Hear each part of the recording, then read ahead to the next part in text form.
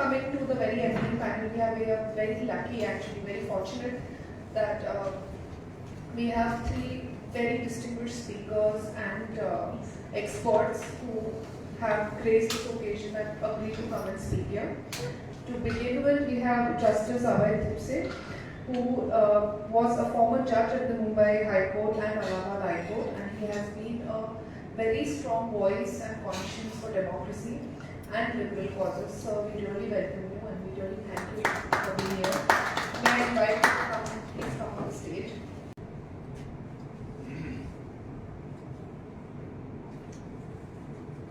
Friends, well, I have read the book fully. Yes, I was really impressed for two things. First of all, the collection of data that is very properly done, and secondly, the analysis of the whole thing. The author has first started with the constitutional provisions regarding freedom of religion. Then he has discussed the position before 2014. 2014 is significant for this reason that a government which openly says that it wants Hindu Rashtra has come in power. That has become more apparent now, but before 2014 also that was their slogan. The ideology was well known. So after that, there has been a change because what used to be done previously in a little milder way or tacitly, that is being brazenly done thereafter because the fear has gone. About the book, I will come later to these recommendations because I find that part quite useful. Even I have noticed while working as a judge, because I work at all various levels, I joined the judicial service as a magistrate, and at various levels, I found earlier I had not noticed so much that these agencies, which are the investigating agencies, I never thought that they have such a communal bias, means they are particularly anti-Muslims. And it was taken so much for granted that the senior officers of the police, the superior officers, sometimes used to confidently take the magistrate into confidence also. Sir is Muslim, thinking that that will invite support. And then I was shocked because I came from a totally different background. But I had another advantage also, because from my mother's family, there were many people who were supporters, staunch supporters of RSS, Hindu Mahasabha. So what they taught, that also I knew better than anybody else. Perhaps Mr. Irfan Engineer will not know some of the talks which they do, but I have come to know because they belong to my family. So that was totally shocking, and we always used to oppose such thoughts. So once they know that you don't approve of these things, then they will not talk in that manner to you, they will talk less. But I always realized after becoming a judge that there is a strong bias in the bureaucracy also. And that is very strange because that actually reflects the what the average Hindu feels. I don't know, Dr. Punyali said that prior to British there were no riots. He must be right because that is his area, he must have studied. But I doubt whether the bias was not there earlier. I think bias was there, but Hindus were not retaliating. That is the belief at least spread by some people during the independence fight also. Now some of the things which we were taught in schools, that they were done to frighten the British, like some celebrations of Ganeshotsav or Shiva Jayanti, I have started doubting whether they were really for frightening the British or for uniting the Hindus against the other religions. This needs to be studied, but it's very difficult to attack on those lines because these are things of past and things have gone beyond proportion. I always thought that somehow it was already a Hindu Rashtra. I will tell you some instances, and we are all responsible for that because we don't object to small things. It has all started in a very smaller way. I noticed after becoming a judge that every year there will be Satyanarayan Puja done in the court premises. Then I was told it is done in all government offices. And I may tell you that my efforts to stop that have failed. Once what happened, when I was a magistrate, I was additional chief. So chief was on leave, so charge was with me. And the staff and the advocates came with a proposal that we'll have Satyanarayana Puja in court. I said, where? So they said, on the dais where the chief metropolitan magistrate sits. So there the Bhaji will sit and he will... I said, I can't permit such a nonsense. Then they said, no, sir, this is being routinely done and how can we not grant us permission? I said, whatever it is, this in court, it will not be tolerated. It is very silly, I told them. Then in the evening, the chief metropolitan magistrate called me at my residence. He said, they have come to you and you are not allowing them to do. That's not correct, allow. I said, now chief, you are on leave, so don't interfere now. So let me do mine. He said, all right, I will not interfere. But see, they will get permission from the High Court. And that happened. I was asked to allow them to do. So much so when I went to Jalgaon, my registrar was a Muslim. And there also they want Satyanarayana Puja. That time I was principal district judge. I said, I will not tolerate this. We don't want to do this. But then the registrar advised me there will be big problems if you don't permit this. And you have to allow. So we found out a way. I said there was a belief room at the rear side. I said you can have it there. Their purpose did not serve, but they had to keep quiet because I did not object. But this is so much wrong. The incident which I told you pertains to the year 96. That time also, to resist the Satyanarayana Puja, it was done. To my dismay, the dais, the Bhaji sat there, and then slogans and all that, and even Yag was done there. It means, so this is, this was the state of affairs at that time also. So I've been wondering, and what is the philosophy of these people? Because I'm talking about the book, others have said about the book. I can't improve very much over the book. But I will touch the topic. I think it is not very irrelevant in the context of this book. What is the theory of these people? They have projected the Hindu community as the community which has suffered at the hands of other community. Then what they say, recently there was a semi-private function. It was basically a family function.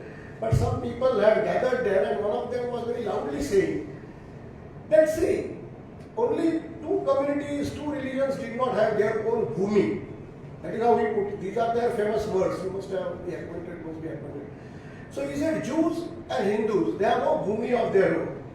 So Jews acquired it by having Israel, but Hindus have still to acquire it. I did not want to talk to that person and invite some further discussion because it was basically a family function. But it was so absurd. Means if this is not the Hindu bhumi, then whose bhumi it is? Sir, even Baudh. Yeah, Baudh also. Where is Jain bhumi? Where is Baudh bhumi? Yeah, but where is Parsi bhumi? No, but we don't contradict such very basically foolish things. We don't want to counter. But what I want to tell that this is the propaganda and it appeals to people. There is so much bias. I give different examples to you. Once what happened, my brother was very sick. Unfortunately, he was critical and admitted in the hospital. So he was in ICU. And that time, of course, my sister-in-law, her sister, because at that time you need the help of relatives. So my sister-in-law and her sister had come to help them. And what happened, my sister-in-law told me this. It was a hospital at Mahim, a famous hospital. So she asked her sister to go, that she will wait for some time and after half an hour she will go back home. When she came down after half an hour, the sister was still standing below the hospital. When she asked her, what happened, you did not? She said, I did not get any taxi. So there was a taxi standing. She said, that taxi is there, no? No, he is Muslim, she said. I won't go by that taxi. Then my sister-in-law, of course, fired her. But this type of things are happening. We must try to understand the psychology, then we can think of reforms. I don't know from where this comes. We have the privilege of a court peon who is attached to our residence and officially is supposed to do our works. So that also, there was a chemist shop just by the side of my house, and we used to ask him to bring those medicines, branded medicines. There is nothing like any superiority of products and all that. So, and we used to get the receipts. So my wife one day noticed that he is bringing the medicines from a faraway shop and not by the, she asked her, there is one shop, you don't know that. He said, no, he is like this, no, this. So I don't drink from there. So this is what is happening. Not only somebody said, of course, I think Irfan Engineer only said about, and Dr. Punyani also said about the financial, what we call as nakebandi of these people. I mean, don't take their products. Don't. That is not limited to Muslims or Christians alone. That is limited to those who are their sympathizers also. I will tell you different stories when the occasion comes. If you are sympathetic to that group, you lose your opportunities of professionally advancing, either in service or professionally. That is very systematically done. I don't know what sort of mechanism is there, but I have seen those people and immediately they know, even if a person comes from Gadchiroli, they come to know that such a person, such an officer has come to Bombay and he is our man. And somehow I don't know what is the networking. That I have never been able to know, but I have experienced that they know who are their sympathizers, who are against them, and how to promote their own people in jobs, in employment, contracts of other type, or maybe professional work. Professional work, after a certain level, probably you can't control because that is your need also to get the best. But till then, so this is the attitude of the society. Now we fail to, now I feel in this book, of course, the conclusions and the recommendations are excellent. Means I can't think of improving all that. But as far as this book is concerned, again I go to the same point that we have been ignoring the basic wrong things. At that time we feel that not much harm is done. Now the Stanislaus judgment which has been referred to, that is the judgment which discusses propagate. Now how to define the word propagate? You are allowed to propagate the religion and profess, practice and propagate. So naturally professing and propagating has to be different. That is my understanding, because the legislature has used in the same sentence three different phrases. So profess includes, of course, you have to preach, I mean explain this to the principles or tenets of the religion. But propagate would, according to the common meaning of that, will be to have a right to convince others that these are better ways of life, or this will lead to a better spiritual life. Well, there is nothing wrong in that, but the Supreme Court artificially differentiated, saying that yes, right to propagate, because you can't dispute that, it is written in the Constitution only. They said it doesn't include a right to convert. I mean, nobody spoke of right to convert. But the question is, if one has to propagate them with one object, to make the person believe or accept those principles, and if those person accept those principles, then he may get converted. So what should be prohibited is only these conversions by force or by fraud.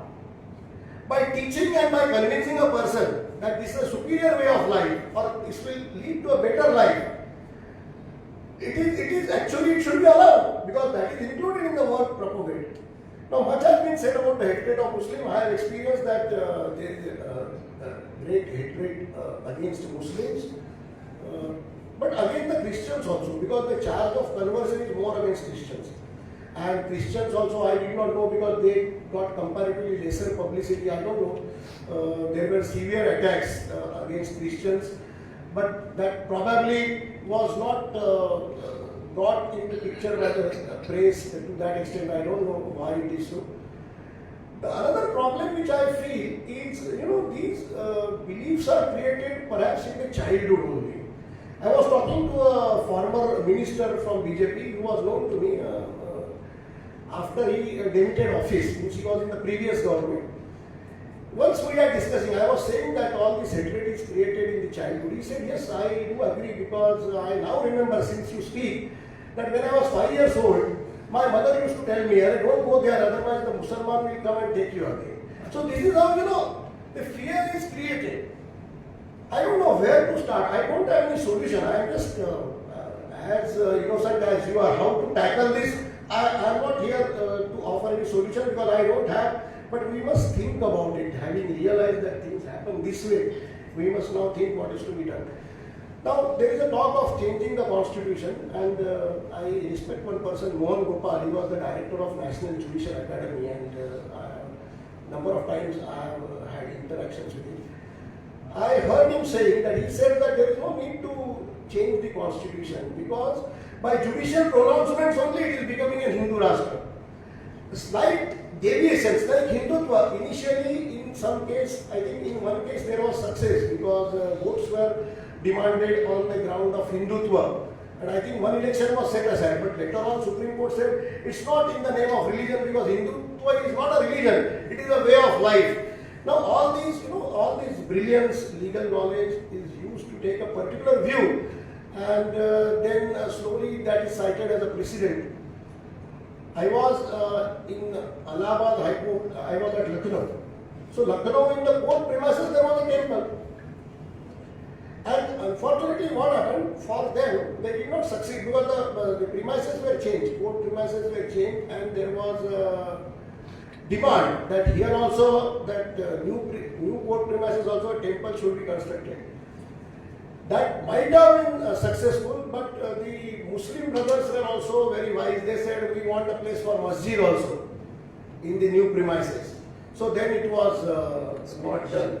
That was, I was told. I discussed with a colleague of mine who was Muslim. I said, how they are making such foolish demand? He said they are doing it in anticipation of this as a strategy, and that worked somehow. Means this is how things happen. Now, as far as the book is concerned, I am impressed by the method, which is, it is very methodical. First, it discusses with right to convert. He has not been so open as I have said, but he has grasped the point. See, propagate means you should be able to convince others so that he may convert. I don't say nobody right to convert, that is the person's right who gets converted. Nobody can force conversion. So that difference to propagate means the Supreme Court did not want to concede that you can propagate in such a manner so as to convince that person to adopt that religion. But actually the constitution makers have used the word propagate in a different sense. You are using it in the same sense as the profess, which cannot be the same because two different words have different meaning. Then again there is a judgment which I don't know, it must not have been referred here. That is, I think it is a case from Gujarat during some festival, I think Navratri festival. Gujarat government had issued a circular that there will be no meat sold during those 9 days. And that was upheld by the Supreme Court. It was challenged, that circular was challenged. That's all right, it was upheld, so far so good.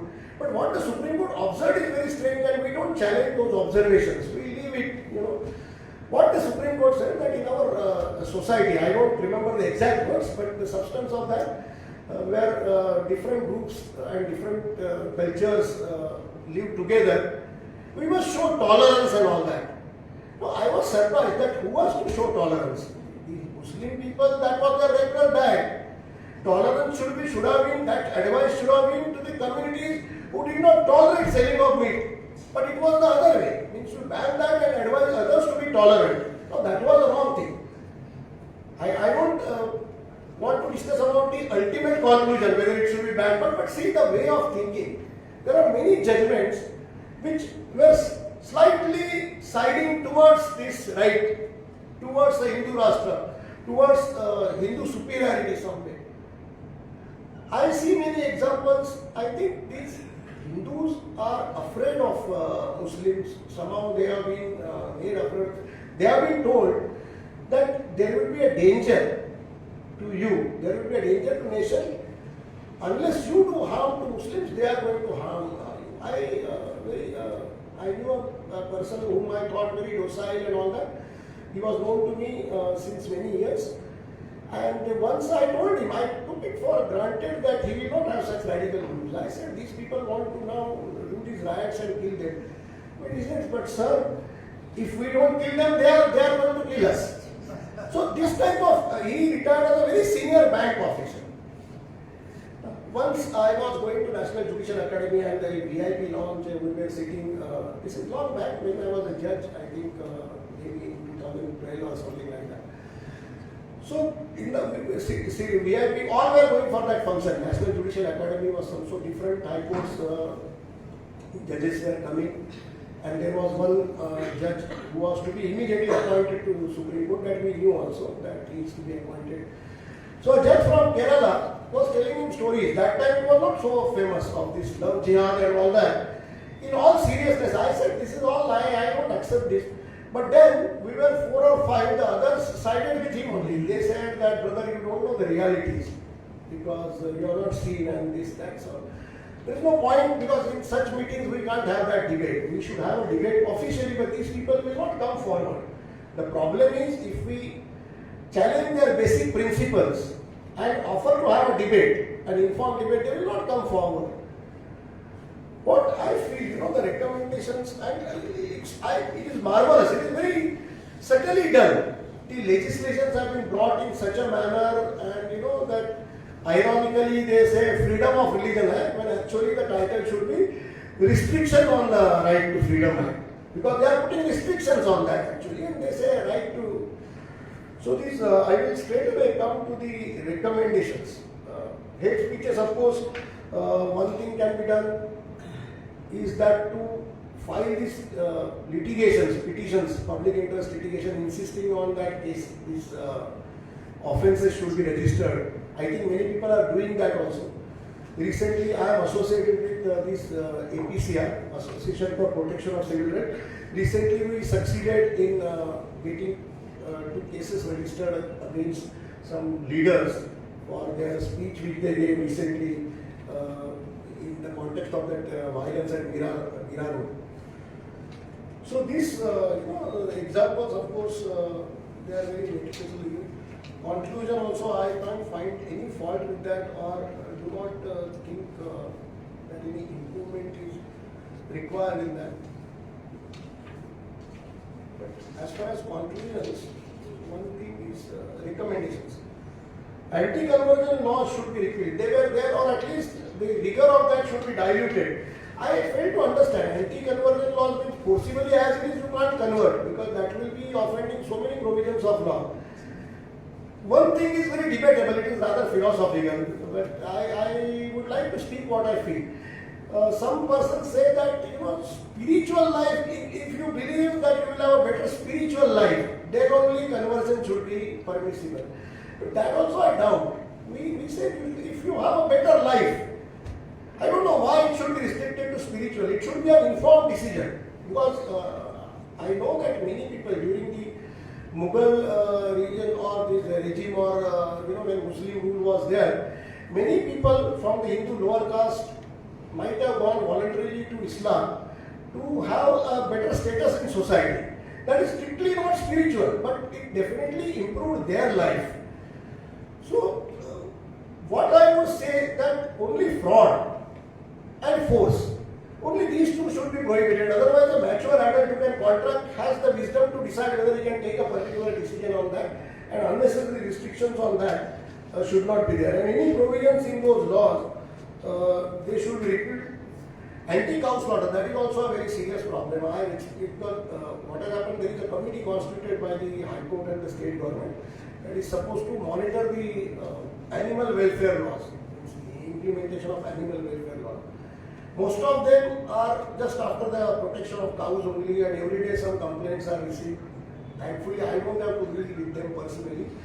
But this cow thing is also, means it was sacred all the time. Of course, from our childhood, we have been listening to that, accepting that. Though, of course, I have found references where the Brahmins used to eat cows. They used to sacrifice in that yajna, and they used to eat it as holy. But that apart, that they don't accept also. So the cow thing has been responsible for creating great hatred, because these people basically many times, those who are against, they don't want non-vegetarian food itself. But then they can't object to that, because they bring that indirectly by bringing into aspects of cruelty to animals, and alleging that this is now all this is covered in the book, which is remarkable. Then Citizenship Amendment Act with that design, where Hindus don't have to prove anything and others will be in difficulty to establish their original roots or date of entry in India, that also needs to be. Then recovery of damages to public and private property tax, I was not aware of that. I read in this book only, and that also I agree with that. Now, one thing I will these conclusions or recommendations, school and higher education must ensure that students have adequate knowledge of democratic values, understanding of human rights and rights of citizens, understanding of core ethical values of all religions in India. Education must promote multiculturalism and pluralism. So this I appreciate very much. This is a very important, because at that stage only false ideas are entered into your brain, either deliberately. I find a vast class, of course, those who are deliberately doing it to get political power, you can't hope to improve them. That is the solution is only that we have to become wiser, the society has to become wiser. But those who are misled by them, like I find many honest people in the RSS, the ordinary workers, I think they are totally misled. They are appealed by the plea that, see, decades, for centuries, you have suffered injustice at the hands of others. And now this is the time to take revenge and so unite. Now, these type of false ideas, they will be removed if they study history properly. And this should be done in schools only. I really appreciate the pains taken. They must have been taken because it is not easy to jot down everything. Many things of this we already knew. But to jot down, write it in a very moderate language and particularly analyze it systematically. What was before 2014 and what is after 2014. That is all remarkable. I am happy. I was going to suggest that it should be translated in Marathi and Hindi, but I am told that this work is already there. I feel that this book must reach many people, and I once again congratulate for bringing on this report. Thank you very much.